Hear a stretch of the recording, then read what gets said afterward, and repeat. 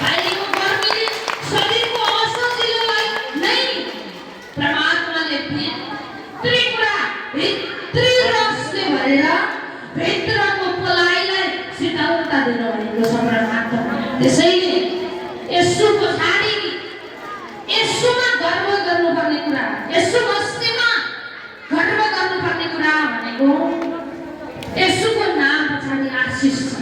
जो गुरु येशू मसीहको पछि लाग्ने छन् नि तिनीहरू आशिषको पछि लाग्ने छन्, तिनीहरू मुक्तिको पछि लाग्ने छन्, तिनीहरू चङ्गाइको पछि लाग्ने छन्, ज्ञानको, बुद्धिको, उन्नतिको, रोजगारको, चङ्गाइको, मुक्तिको अनि शक्तिको।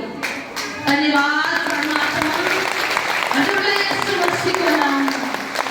आज गुरुको पछि लागेको कारण सत्य पिताजीसँगको सङ्गतमा कनेक्सन भयो।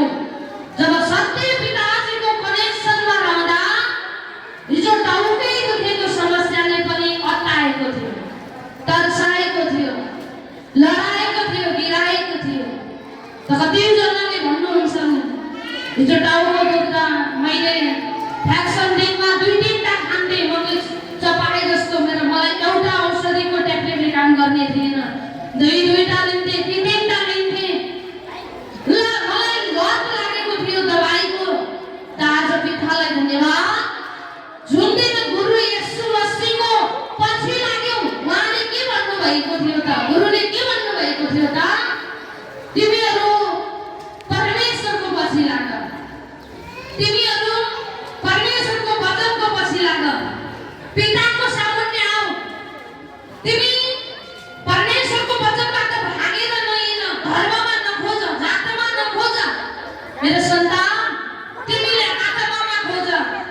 तिमीलाई सृष्टि गर्नुहुने तिम्रा पिता, तिम्रा दुःखलाई बुझ्नुहुने तिम्रा पिता, तिम्री आमाका गर्भमा नसा नसा हड्डी हड्डी रच्नुहुने पिता, तिमीलाई मार्गदर्शन गर्नुहुनेछ।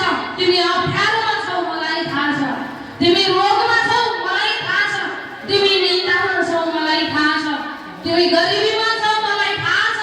तिमी असफलतामा छौ, मलाई थाहा छ। हे पवित्र सन्तान, हे परमेश्वरका पवित्र सन्तान, तिमीहरू चाहिँ यी दुःख, कष्ट र आपद विपदलाई सदा जीवनबाट तिमीले निफट्न चाहन्छौ भने तिमी पिताजीको पछि लाग भनेर हाम्रा गुरु येशू मसीहले सदा हामीलाई भनिरहनु भएको, ईश्वरीय बाटो देखाइरहनु भएको। त यसको लागि पनि पिता हजुरलाई धन्यवाद गर्छु। यस्तो महान गुरु येशूको जन्मदिन हाम्रा निम्ति तपाईले बलिमा राख्नुभयो, मोक्षको लागि, शान्तिको लागि, आनन्दको लागि अनि खुसीको लागि। अघि सरजुले भन्दै गर्दा प्रेसर बढेको थियो, संसारमा हो भने आकार हुन्थ्यो, प्रेसरले हानेर मान्छेको आँखा पनि रातो भएको थियो होइन। त पितालाई धन्यवाद, आँखामा पनि रगत जमेको छ भनेर कुरा सुनेको थिएँ मैले। त परमेश्वरलाई धन्यवाद, मसीहको नाउँमा आउला जीवनमा समस्या, त त्यो समस्यालाई काटिने सबैभन्दा ठुलो हतियार पिता हजुर सँगै हुनुहुन्छ। त्यसैले ढोक्क रहनु, मस्त रहनु, आनन्द रहनु, खुसी रहनु। मेरो सायद कहिल्यै नआउनु, तपाईँलाई अब समस्या नाश पार्नको निम्ति होइन, ती समस्या तपाईँलाई विश्वास बढाउनको निम्ति आउनेछन्।